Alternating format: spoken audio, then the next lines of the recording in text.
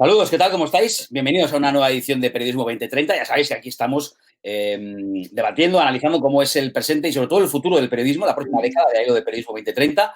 Así que sin más tiempo que perder, ya os adelanto que la entrevista de hoy os va a gustar. Empezamos.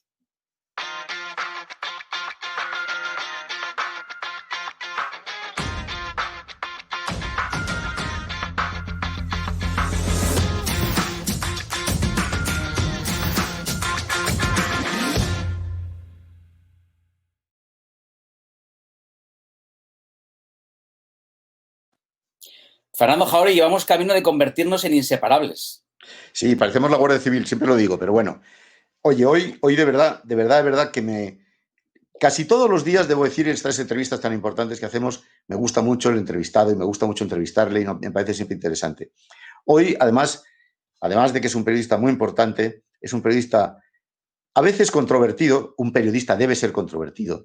Tú lo eres, Sergio, yo lo soy, evidentemente, y lo es nuestro invitado de hoy también. A veces controvertido, pero siempre es un periodista que da la talla. Y ya es que, claro, cuando hablas de un amigo así, parece que todo es exceso en el elogio, pero ya verán ustedes cómo es una persona que les va a interesar muy mucho, claro. Estoy hablando nada menos que de Xavier Fortes, el presentador de 24 horas por las noches de Televisión Española, Fortes, y antes de los desayunos. Periodismo 2030. Hola, muchas gracias, Fernando, muchas gracias, un placer, Sergio, aunque Fernando te puede asegurar que hay muchísima gente que opina justo lo contrario de lo que has dicho, pero te agradezco en cualquier caso esas amables palabras. ¿Qué opina que no eres controvertido? Bueno, no, eso sí que lo opina, lo detalla ya. Eso es lo que yo decía. Como no sea la del pantalón. Bueno, es un habitual, Fortes, tienes que saber ya que Fernando lo va a llenar todo de ruidos, de soniditos, y le van a Sí, ya llamar. veo. Ahora corto el micrófono cuando Fortes conteste. ¿Nos lanzamos ya? ¿Vamos a ello? Venga, vamos a ello. Perfecto. Es la primera pregunta. Bueno, oye, Fortes, bienvenido a este foro donde estamos. Lo que estamos haciendo es, y además creo que lo estamos consiguiendo, es un foro de periodistas, un foro de profesionales, intentando analizar cómo es el presente y sobre todo el futuro de una profesión que creemos que está pasando por un momento delicado, por lo menos un momento importante, ¿no? Un momento de cambios. Y aquí no hay más atadura bueno, no hay ninguna atadura, es decir, no estamos alineados con ningún medio de comunicación, con ninguna corriente ideológica, estamos solamente intentando reflexionar entre nosotros.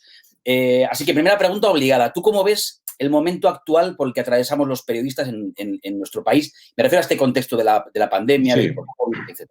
Sí, digamos, Sergio, que hay dos cuestiones o dos formas de ver lo que es lo habitualmente coyuntural y lo estructural. Yo no soy un experto en comunicación ni soy un gran analista de casi nada, pero menos en general de cuando se dice que eres un experto de comunicación, un periodista, se entiende que tienes miradas distintas para ver. Por una parte, el periodista tiene que contar lo que pasa, pese a quien pese, y el comunicador puede analizar un poco más en profundidad pues, aspectos que tienen que ver con la comunicación en sí y, por lo tanto, con el oficio. Yo no soy un gran teórico de la evolución de la prensa ni del periodismo, pero sí, como trabajo en este gremio y en este oficio, sí voy viendo cosas y algunas pues no me gustan. Tú citabas, Sergio, el tema de la pandemia, que creo que ha sido, por ejemplo, en algunos aspectos concretos de nuestro gremio, por ejemplo, la prensa escrita ha sido digamos, el estoque, casi.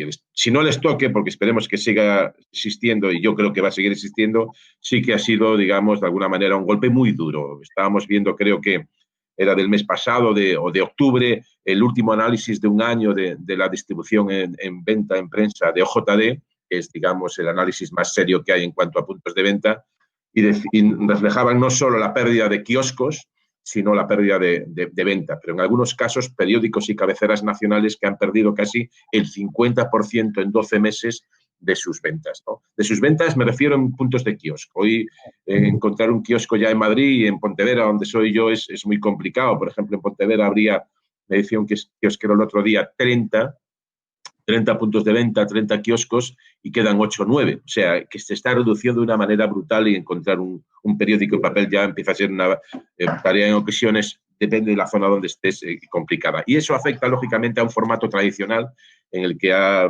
surgido la prensa hace ya 6, 7 siglos, o por lo menos 3, 4 ya de forma evidente desde la Revolución Francesa, pero que de alguna manera afecta también al oficio como lo entendemos. Eso, digamos, sería lo estructural, o lo coyuntural. Lo estructural, pues el problema de una profesión que vive del prestigio que debe tener y que se ha instalado quizá en los últimos tiempos, casi décadas, la sensación de que, bueno, esto del periodismo y del trabajo de los periodistas y de las noticias es algo que podemos conseguir de forma gratuita. Digamos que esto, como que si no hubiera trabajo detrás de cada noticia, como si no hubiera nada detrás de cada documentación para hacer una entrevista o para hacer un trabajo, que lo puedes encontrar y picotear en Internet y que, por lo tanto, ahora en época de crisis, desde el 2008, ¿por qué vamos a estar comprando periódicos o haciéndonos suscriptores de un medio online o pagando por una plataforma televisiva si total lo voy a conseguir gratis en Internet? Juntando esos dos factores y el problema de la credibilidad, de la que luego, si queréis, hablamos, pues constituyen un panorama muy preocupante y muy delicado para la profesión. Ya te digo que lo último de los datos de OJD de prensa escrita es realmente preocupante. Sí. Xavi, sobre la prensa escrita y de papel, aquí hemos hablado mucho en este foro. Hemos entrevistado a los directores de los principales diarios centenarios, periódicos centenarios. Hemos entrevistado a directores de bastantes periódicos digitales. Es un problema que lo tenemos aquí muy desarrollado. Por cierto, aprovecho para decir a nuestros espectadores que lo pueden ver en nuestra web, en periodismo2030.com, que ahí están todas las entrevistas que vamos a hacer y que constituyen la base de un curso universitario que estamos iniciando, que vamos a hacer para todos los alumnos que ya tenemos y nos están viendo en estos momentos. Pero a mí me gustaría hablar de la televisión en concreto. Yo creo que la pandemia, el confinamiento, lo que ha hecho ha sido potenciar un poquito la televisión, pero ponerle casi un rejón muy serio a la televisión, porque yo conozco mucha gente que no veía los informativos de televisión y que está en las plataformas. Y yo creo que el beneficio para Netflix o HBO ha sido muy superior al de las televisiones, sean la pública, sean las privadas, sean generalistas o sean locales. Yo creo, ¿eh? Sí, totalmente de acuerdo. Eso también tiene que ver un poco, aunque esto casi ya más que periodistas o expertos en comunicación debería ser aspecto, cuestión de sociólogos y no sé si incluso de psicólogos, cómo ha cambiado y cómo nos ha producido hartazgo y cómo ha cambiado a veces nuestros gustos esos periodos tan largos de confinamiento que hemos sufrido, ¿no? Pues 4 meses seguidos prácticamente el año pasado, ahora semiconfinamientos o confinamientos perimetrales, como queramos llamarle. Por ejemplo, yo en estos 3-4 meses desde septiembre a Pontevedra habré ido 3 o 4 veces, porque o te pillan confinamientos allá o te pillan aquí.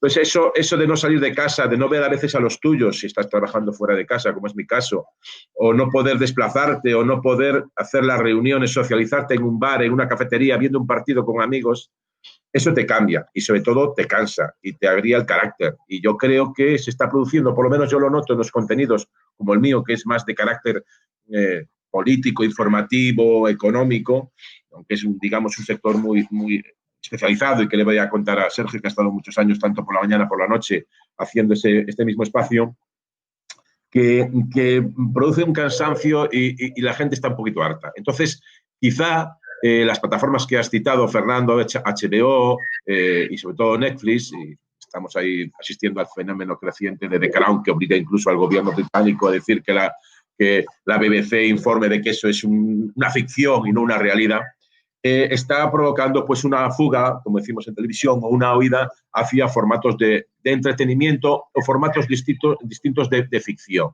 en detrimento quizá de la información pura. ¿Eso puede pasar? Pues seguramente. Yo creo que hay picos, como en la propia pandemia hay picos, también en el consumo tenemos esta circunstancia, pero es cierto que yo creo que esto de la pandemia, que yo no sé si ha venido para quedarse o no, esperemos que no, pero sí nos debe hacer pensar y ver la vida de otra manera. A mí me la cambió profundamente el año pasado, cuando estuve 4 meses sin ver a mi mujer, que estuvo enferma de coronavirus, sin poder echarle una mano, sin poderme ir a Pontevedra a ayudarla, y ella con los 3 hijos nuestros, ¿no?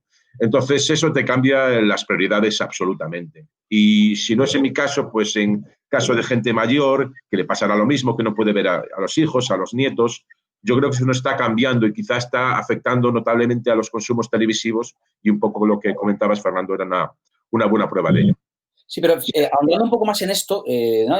¿Por dónde va el futuro de la tele? Que creo que está en un momento de grandísimo cambio, lo está todo el periodo, pero la tele en concreto, porque hay un cambio, Xavier, hay un cambio en el consumo radical, hoy viene habiendo hace años, que es los más jóvenes consumen televisión bajo demanda, a la carta. Es decir, esto ya no se sientan delante de la tele a ver, por supuesto no esperan las noticias ni a las 3 ni a las 9, ya están todo el día conectados, a los que les interesa la información, conectados a través de los smartphones y tal.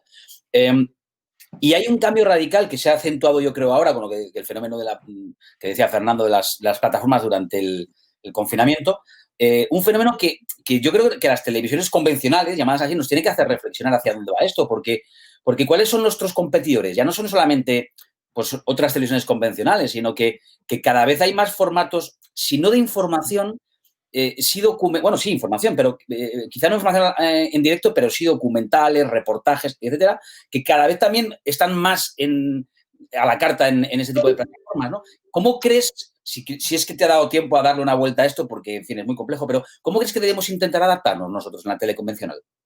Creo que eso es un fenómeno parecido a lo que ya está surgiendo en los periódicos de lo que antes hablábamos en online, en la versión web. Es decir, cada vez se consume más el paquete entero, ya sea de una cadena generalista o de un periódico, de una cabecera, y sí, digamos, ofertas concretas. Pues, por ejemplo, los periódicos La Razón, El Mundo, El País, La Vanguardia, pues están detectando que la gente ya no dice yo leo La Vanguardia o leo El País o leo El Mundo, sino yo leo a Santiago Segurola, yo leo a Enrique Juliana, y lo mismo pasa en la televisión, ¿no? Los famosos clics que yo creo que eso es otro debate y está introduciendo, desgraciadamente para mí, el concepto del titular fácil y del titular atractivo, que luego esconde una realidad vacua. Pero sí se está detectando, por lo menos yo lo detecto, y picoteas en varios sitios a demanda, un poco en función de la firma, que eso es algo que yo creo que está bien, prestigiar la firma de un profesional. Y eso pasa en la prensa escrita, en las ediciones digitales, que por cierto va a ser el futuro del periodismo escrito, y está pasando también, Sergio, tú lo comentabas, en el consumo televisivo, donde ya no tenemos la primera cadena o la 2 o Antena 3 o Telecinco todo el día, sino vamos picoteando un poco e incluso podemos ir, como decías, a la web, a la tablet, a nuestro ordenador para ir, bueno, hoy me interesa este documental de imprescindibles o quiero ver este documental que dan en Netflix sobre la familia real británica. Es decir, estamos yendo a consumos más individualizados y yo creo que los grandes programadores, que yo no lo soy ni lo seré en la vida porque eso no me gusta, a mí me gusta contar las cosas para bien o para mal y con mejor o menor acierto, seguramente con mucho más errores de los que yo desearía, pero me gusta contar lo que pasa. Entonces no soy programador ni nunca lo seré, pero sí creo que está claro que si tú analizas las tres patas del periodismo, la radiofónica a través de los podcasts, las noticias a las que accedes de forma selectiva en la prensa escrita y las distintas plataformas y ofertas que ofrece cada una en la televisión, te das cuenta que en los tres estamos asistiendo a un tipo de consumo mucho más selectivo y no tanto el consumo masivo de los más media de mediados del siglo XX. ¿Tú crees que hay confianza en la información que da televisión, que dan las televisiones? Te lo digo porque la encuesta que nosotros tenemos, que es una encuesta de 4.300 personas, una encuesta muy grande hecha por GAT3 y por la Fundación AXA, la encuesta dice que donde menos fake news se producen, sin duda, es en la radio. En segundo lugar, en los periódicos de papel. En tercer lugar, en los periódicos digitales. Y en cuarto lugar, en las televisiones. Eso puede significar también, Xavi, lo entiendo, que la gente confunde información con periodismo espectáculo, que en las televisiones hay mucho. Y ya de paso, te pido tu opinión sobre ese periodismo espectáculo que tanto prolifera en nuestras televisiones. Son dos temas complicados. Sobre el tema de las fake news y la credibilidad, yo creo que en los periódicos clásicos, en este momento de crisis, de atomización, tienen que reivindicarse como aquello que se decía, por ejemplo, de Radio Nacional, que es decir, el oyente siempre tiene algo de verdad probada en lo que dice Radio Nacional. Pues yo creo que las cabeceras en general deberían, las clásicas, deben ganar una batalla donde la atomización es evidente, diciendo que lo que sale por Antena 3, por Televisión Española, digamos, por los medios clásicos y sobre todo sus medios de cabecera, sus informativos o sus programas de análisis semanal, hay siempre algo de verdad probada o casi todo de verdad probada. ¿Qué pasa quizá con las televisiones? Me aventuro a meterme en un terreno que desconozco y posiblemente me esté equivocado, pero me da la impresión de que a lo mejor, y esto enlaza un poco con lo segundo que decías, el espectáculo o el carácter atractivo de un informativo esté trufándose o llenándose últimamente, yo lo veo desde hace meses, con demasiados vídeos YouTube o con demasiados envíos de una persona que va en la calle. Bueno, a lo mejor eso no pasa siempre el chequeo de la realidad. Yo recuerdo mucho este verano, en verano siempre es más proclive, digamos, a que surjan noticias un poco raras o que los filtros se diluyan, de un periódico muy serio al que yo le tengo mucho respeto, tanto como que es el decano de la prensa nacional, que ponía Corina sobre el tema del rey, Corina Juan Carlos se acojonó y yo tuve que pegarle un tiro al puto oso. Entonces, eso, que era evidentemente una noticia del Mundo Today, pasó como una noticia real, digamos, pero en la prensa escrita. Entonces, quizá nos está pasando un poco de eso. Y con respecto ya por eso creo que todos los controles de fact-checking que se hacen, todos los controles de rigor en la información me parecen pocos, y creo que si se han puesto ahora, digamos, tan de actualidad y son tan necesarios es precisamente por la gran cantidad de noticias falsas que circulan en las redes y que hay gente incluso que se las crea pies juntillas. Me contaba José Luis Regalado, alguien al que Sergio conoce bien, que estando en Ecuador se encontró con una mujer ya de vacaciones de bastante edad que salía a la calle sin mascarilla. Y le decía pues el taxista o el conductor, pero oiga, ¿y usted cómo va sin mascarilla a la calle? Que en Ecuador era en ese momento de la crisis y el pico de la pandemia. Dice, no, porque vi en internet que si te haces gárgaras con hierba luisa todas las mañanas no entra el virus. Y eso lo creía a pies juntillas, como si estuviera inmunizada. Bien, pues contra eso el fact-checking, contra eso la denuncia de las fake, contra eso la denuncia de los bulos y las mentiras, que es cierto que siempre han existido, pero que ahora tienen, digamos, una mayor proyección. Y ya para acabar con el tema del espectáculo, sí es cierto, o sea, los géneros tienen que ir, televisivos, tienen que ir adaptándose a los tiempos, eso es inevitable. Si vemos un informativo de hace 30 años o hace 25 años, ya no me voy tan lejos, no había sección de deportes. O sea, es que no había, en los telediarios duraban 30 minutos, en los 80, y no había sección de deportes. Se daba una noticia de deportes a lo mejor, pero hoy tenemos una sección de deportes que dura 10, 12, 15 minutos. Y tenemos pegado una información meteorológica que dura 10, 12, 15 minutos. Y vemos que los presentadores pues ya no están sentados siempre, sino que se levantan y andan sobre un escenario virtual explicando con detalle las noticias en diversos pantallazos. Mientras sea eso, ok, o sea, me parece bien y además es adaptarse a los tiempos, que es absolutamente necesario. Si entramos ya en un fenómeno de titulares falsos, de no sé quién, lo que nunca hubieras imaginado de alguien que... Yo cuando veo un titular de ese tipo ya no pincho porque te queda detrás de una mentira. Pero tenemos que seguir haciendo un ejercicio pedagógico y didáctico diciendo que la adaptación a los nuevos modos y costumbres no debe olvidarnos que lo básico en periodismo es contar lo que pasa, pese a que pese. Perdona, un segundo, Sergio, porque quiero hacer una adenda a esto. ¿Y no es un poco espectáculo por ejemplo, no digo que sea tu caso, que no lo es, ¿eh? No digo que seguro sea tu caso, ni que lo haya sido el de Sergio, que no lo es. Pero sí pasa que en algunas... El tonito ya, Fernando, inicial ya... Pero en algunas tertulias, en algunas televisiones, ocurre que ponen a periodistas espectáculo para que se peleen entre ellos y entonces de alguna manera generen espectáculo. Y otras veces, y yo no sé si eso a ti te parece lícito o no, los mezclan a los tertulianos periodistas con tertulianos políticos. Y yo no sé si eso es un buen método de decirle la verdad a los espectadores. No sé si eso es una cosa homologable, sinceramente. Ya, no, tengo dudas, Fernando. No, voy a recurrir al manual del buen analista o tertuliano. Cuando no sabes, pues tengo dudas. No lo sé realmente si es buena fórmula mezclar. No es tanto políticos en activo como políticos que han tenido una trayectoria reconocida y que ahora no están en el primer plano y se suman a la mesa de análisis. pues no lo sé. Yo siempre he apreciado... Cuando yo vine por primera vez hace 10 años a hacer La Noche en 24 horas, tenía la impresión, te lo digo, Fernando, que tú has vivido y sigues viviendo un poco también de contar las cosas y de analizarlas, sobre todo, que no es lo mismo. No la impresión peyorativa, pero decir, me parece que a veces los tertulianos saben un poco de todo, pero cuentan poco de casi todo. Cuando llegué aquí de 10 años me encontré... Perdona, un paréntesis. Tenemos una encuesta, en nuestra famosa encuesta, que la soltaremos esto, la opinión de la gente, del ciudadano, del encuestado sobre los tertulianos es mejorable. Pues yo ya te lo mandaré. Voy a decir exactamente lo contrario, ¿vale?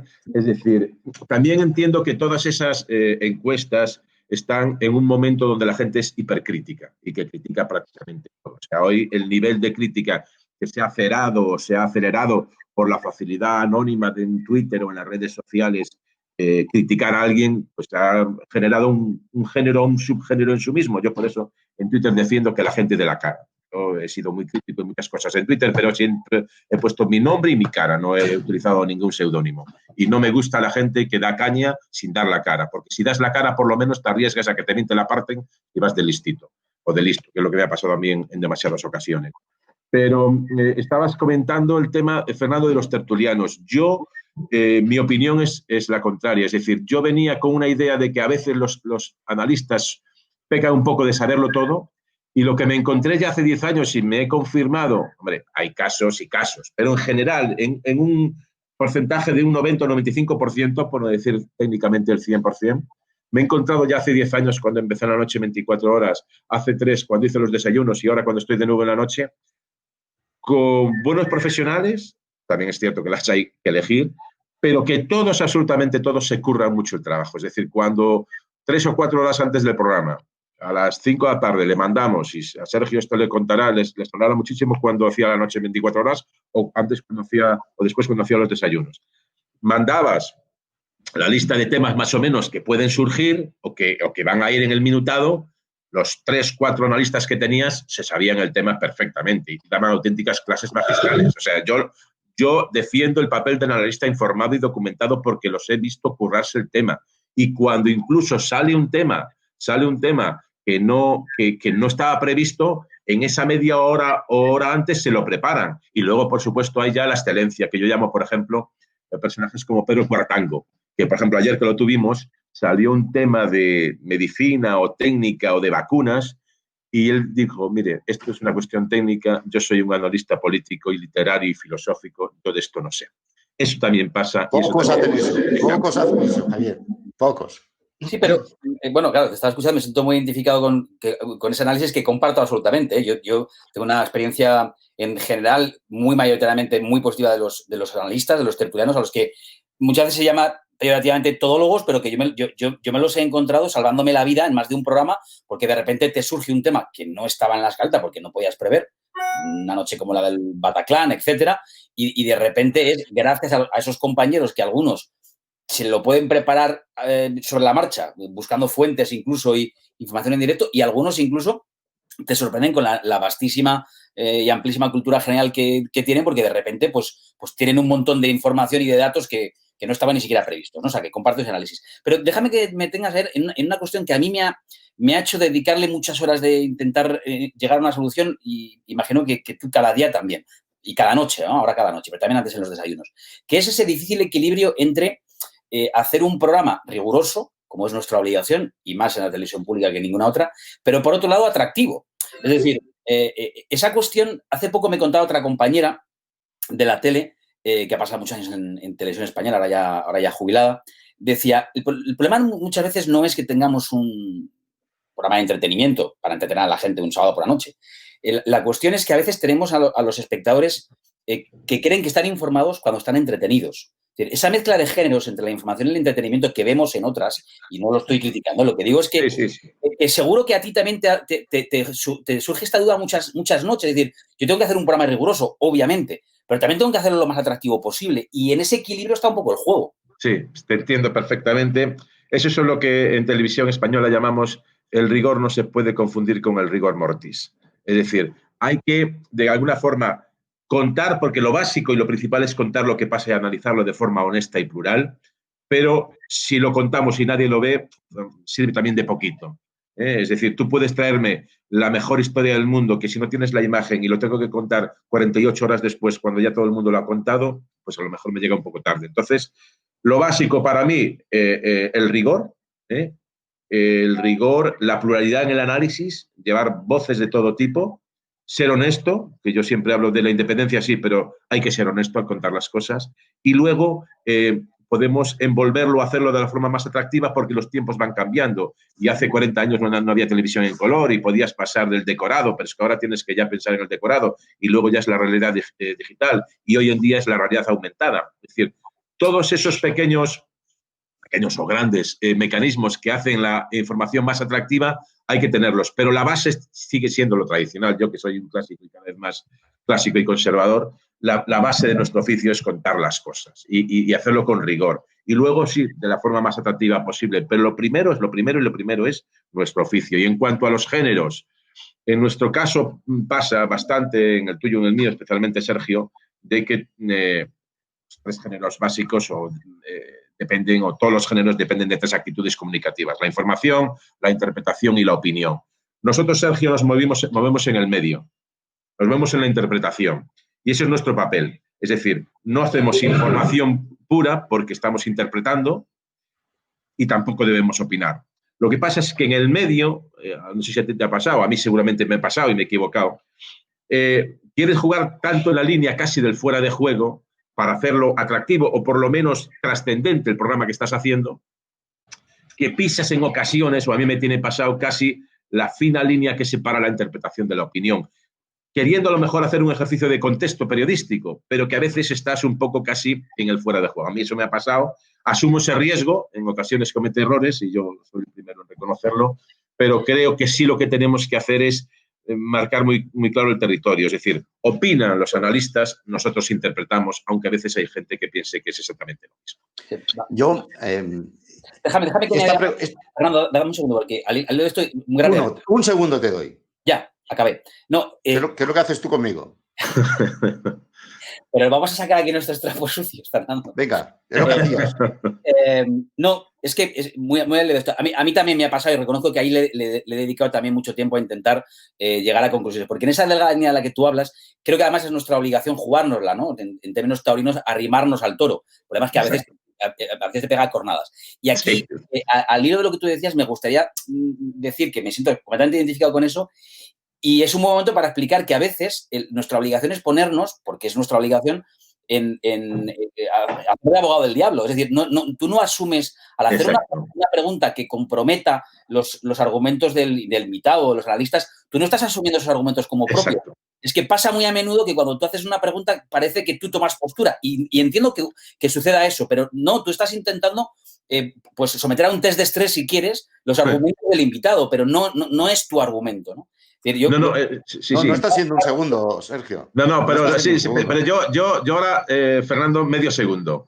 Tiene toda la razón. Tiene toda la razón, Sergio.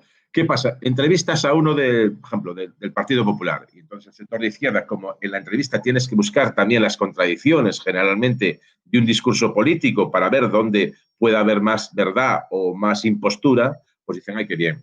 Y si te viene, por ejemplo, alguien de Podemos o el PSOE y le metes también el dedo un poquito en el ojo, ya pasas a ser de derechas. Eso es inevitable. Y yo defiendo la postura de lo que decía Sergio de el entrevistado tiene que ser educadamente incómodo. Entonces, a la CLA de un lado le gustará un momento y a la CLA de otro, pues le gustará menos. Pero bueno, es parte de nuestro oficio. Yo quería hacer una pregunta relacionada con los alumnos que nos están viendo en estos momentos, dirigida especialmente a los alumnos. No estoy muy de acuerdo en la valoración, ni siquiera como tertuliano, en la valoración tan halagüeña que habéis hecho de los tertulianos o de los periodistas, de la formación de los periodistas. Yo quiero decir que en mis clases, yo he dado clases en muchas universidades, Sergio también la da, yo creo que la verdad es que la cultura general de los periodistas es mejorable, sobre todo los estudiantes de periodismo. Y su vocación por hacer periodismo presencial es mejorable, debo decirlo. A mí, por ejemplo, si estoy entrevistando a Xavi Fortes, uno de los elementos importantes es saber, por ejemplo, quién era su padre. Y muy poca gente, sin duda, sabrá quién es tu padre, que es un señor al que yo admiro como un héroe, porque es un señor que se jugó su carrera militar en favor de la democracia. Para mí es un héroe. Eso, claro, a mí me hace conocerte un poco mejor y saber un poco más a la hora de entrevistarte por dónde respiras. Esto, ¿qué quieres que te diga? Esto es importante. Muy poca gente conoce la historia. La historia es un valor que está siendo despreciado incluso por nuestros políticos muchas veces. ¿O no es verdad? Sí, bueno, gracias por la referencia personal y que te llega seguramente porque tú ya vas teniendo, lo digo no solo con el cariño, sino con la admiración y el respeto, los años suficientes para saber lo que fue el estamento militar en el tardofranquismo y todo lo que eso. Y todo lo que eso lo viví y lo padecí. y lo viviste y después viviste la revolución de los claveles en Portugal, o sea que tienes todas las claves de lo que fue ese tránsito del tardofranquismo al periodo de construcción de las libertades y de la transición y algunos corchetes. A mí me pone enfermo cada vez que hablan del régimen del 78. Yo creo que la Constitución seguramente tiene muchos aspectos mejorables y que desde luego después de 40 años hay que dar una vuelta, sin duda, pero solo digo que el 78 y la Constitución del 78 fue la construcción de nuestras libertades. Veníamos de un régimen cuya Carta de Derechos no hablaba de ciudadanos, sino de súbditos, y era, digamos, toda una construcción doctrinal desde el inicio al final del franquismo que a la mujer le negaba sus derechos, que negaba a los hombres, a la mujer, por ejemplo, la posibilidad siquiera de tener una cuenta bancaria o de tener un trabajo fuera de su domicilio si no lo autorizaba el marido. O un pasaporte. Un pasaporte. Es decir, yo siempre digo que Adolfo Suárez en 11 meses fue capaz de quitar todo el andamiaje del franquismo y conseguir que se presentara hasta el Partido Comunista. Incluso partidos independentistas, es cierto que no con las siglas, sino como asociación de electores, pero para 11 meses eso es muy importante después de 40 años de dictadura. O sea que a mí entiendo que la Constitución necesita una relectura, una reforma, pero me sigue pareciendo una pieza básica de nuestra convivencia y referirse a ella despectivamente como régimen del 78 yo estoy en contra, quizá porque sé lo mucho que costó a muchísima gente, entre ellos a mi padre y a sus compañeros de milicia, la lucha por la Constitución y las libertades. Y en cuanto al conocimiento teórico, pues puede ser que las nuevas generaciones no se puede hacer de todo y dedicar las 24 horas del día a una cosa. Las nuevas generaciones, Fernando, son mucho más preparadas que nosotras en cuestiones seguramente como el idioma, que nosotros ahí patinamos un poquito más, por lo menos yo reconozco mi absoluta ignorancia, y del idioma extranjero me refiero. Y también, sobre todo, la adaptación tecnológica a las nuevas necesidades y herramientas que requiere el oficio. Pero sí es cierto que quizá los más clásicos, porque el tiempo de ocio, mi padre cuando nació en una montaña gallega, el ocio más inimaginable era poder leer una novela o un libro, leer a Balzac, leer a Galdós. Ahí está la historia, por ejemplo, de Francia contemporánea y la historia española contemporánea, o por lo menos del 19, por eso los autores. Eso era entre el tiempo y tiempo de ir a vacas o de ir a cosechar o de ir con el arado, leer era la tablet de hace 60 o 70 años. Hoy las tablets tienen otro tipo de mensajes, es mucho más fácil y más cómodo recibir información audiovisual pasiva que la reflexiva que supone leer y releer un párrafo para entender lo que puede decir este o aquella persona. Por lo tanto, quizás sí se ha perdido algo de bagaje cultural, no en todas, pero en parte de la generación joven que se aproxima al oficio. Y yo le digo, por ejemplo, a mi hijo, que para desgracia de su padre está empeñado en hacer periodismo, le he dicho que lo primero que tiene que hacer es primero leer la historia española y la literatura del 19 para aquí como mínimo. Pues desde... Por supuesto, cualquiera de los autores hispanistas ingleses, de Paul Preston, Eliot, hace la mejor retrato, por ejemplo, del Imperio Español o del mal llamado Imperio Español para algunos. Por supuesto, la literatura de Galdós o por supuesto, la historia del siglo XIX-XX, que es básica para entenderlo. Y sobre todo la transición, el franquismo, la república y todo eso, ¿no? Quizá falte un poquito de eso, lo suplen con otras cuestiones que son en ese sentido mucho mejores que nosotros, pero yo, como os decía, que me he vuelto muy clásico y conservador con el paso de los años, sí considero que es básico saber la historia de tu país, la literatura de tu país, para poder ejercer este oficio. Lo segundo que tiene que hacer tu hijo es ver los vídeos de Periodismo 2030 en el curso este que estamos haciendo. Es lo segundo. Y leer el libro que vamos a sacar de todos estos libros. Sergio, perdona.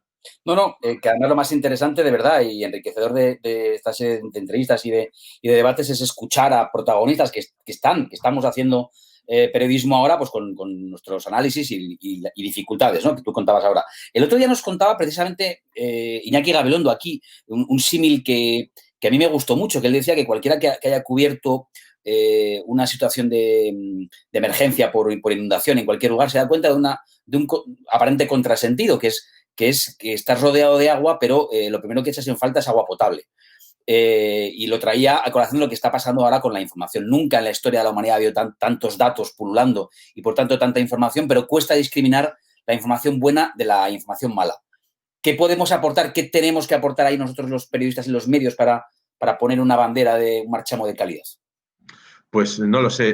Desde luego, por lo menos el registro, ya que citabais a Iñaki Gabilondo, puede ser de derechas o de izquierdas, pero progresista, conservador, pero el marchamo de calidad de Iñaki Gabilondo, pues es, digamos, es una marca de calidad, casi un registro de agua de alguien que lo que te va a contar no es una milonga. Podrás coincidir o no, pero es, y así podríamos seguir con nombres, con Pedro Cuartango, con pues no sé, pues periodistas como Ramón Lobo, periodistas como los hay en todos los periódicos que de un lado o de otro, de una visión más progresista o conservadora, que siempre la hay, pues ofrecen un marchamo de calidad, un Matías Prats en televisión, etcétera, etcétera. Es cierto, y el símil está muy bien traído, el tema de que estás en una inundación y de pronto pues lo que te falta es el agua potable. Pues aquí pasa un poco lo mismo, estás rodeado de información y a veces te es complicado discriminar. Yo siempre comento cuando voy a dar alguna charla en la facultad sobre el exceso de información, digo, hombre, es mejor que haya exceso de información que haya solo un canal único, es mejor que haya varias televisiones que solo una televisión única o que varios medios que uno solo o que si hay varios medios, como pasaba antes en el franquismo, todos tuvieran que conectar con el parte en diario hablado de Radio Nacional para dar las informaciones. Por cierto, lo de parte viene con unas connotaciones bélicas que también tiene la propia denominación de Radio Nacional de España. Pero sí creo que el exceso de información produce algo así como una atrofia. Es decir, tienes tantos canales, tienes tantas posibilidades de informarte, que tienes que hacer un ejercicio previo de catalogación de lo que quieres encontrar o de los medios por los que tienes que encontrarlos, que si no haces ese ejercicio previo, luego te vas a perder. Yo he visto con compañeros ir a cubrir, a mí me ha tocado más que inundaciones, que alguna también, sobre todo incendios. Yo creo que he cubierto incendios en Galicia para los restos. Y a veces, pues, bueno, y algunos naufragios, pero incendios, vamos, lo más, que en Galicia, desgraciadamente, es una de las plagas que hay cada cierto tiempo. Y no me preocupaba tanto de tener todos los periódicos antes de ir o de haberme leído 100.000, sino picotear en 2 o 3 emisoras, pues una radio gallega, una radio estatal, un periódico de un tipo y otro, un poquito sobre las noticias, y luego ir y contar y ver lo que pasa y contar. Al final el oficio periodista es ver y contar lo que pasa. Y si llevas demasiado los cascos, digamos, si vas preñando demasiado por los oídos, como decimos en Galicia, a veces vas con demasiada atrofia y no eres capaz de contar lo que pasa. Y es algo tan simple como un paisano que tiene unas vacas donde el fuego está llegando y le está acabando con su método de vida y está arrasando toda una sierra. Y luego podemos ir al contexto, es que se han plantado eucaliptos en vez de especies autóctonas, etcétera, etcétera. Eso es muy fácil de contar, es el periodista de toda la vida. Oye, una pregunta casi francés, porque no nos queda mucho tiempo y hay muchísimas cosas que queríamos preguntarte. ¿Tú eres partidario o no de cortar al presidente de tu nación el día que está contando, obviamente, que está haciendo un discurso en el que obviamente está mintiendo, como hicieron 3 grandes cadenas norteamericanas? También tengo dudas. No lo sé. Yo no lo tengo claro. Yo sí haría ese ejercicio, quizá como le piden a la BBC, decir, esto que está contando Trump es ficción. Pero cortarlo, no sé, hombre, si lleva 1 hora soltando chapas, pues a lo mejor sí. Quizá la situación en Estados Unidos es distinta. Aquí nunca hemos tenido un presidente como Trump.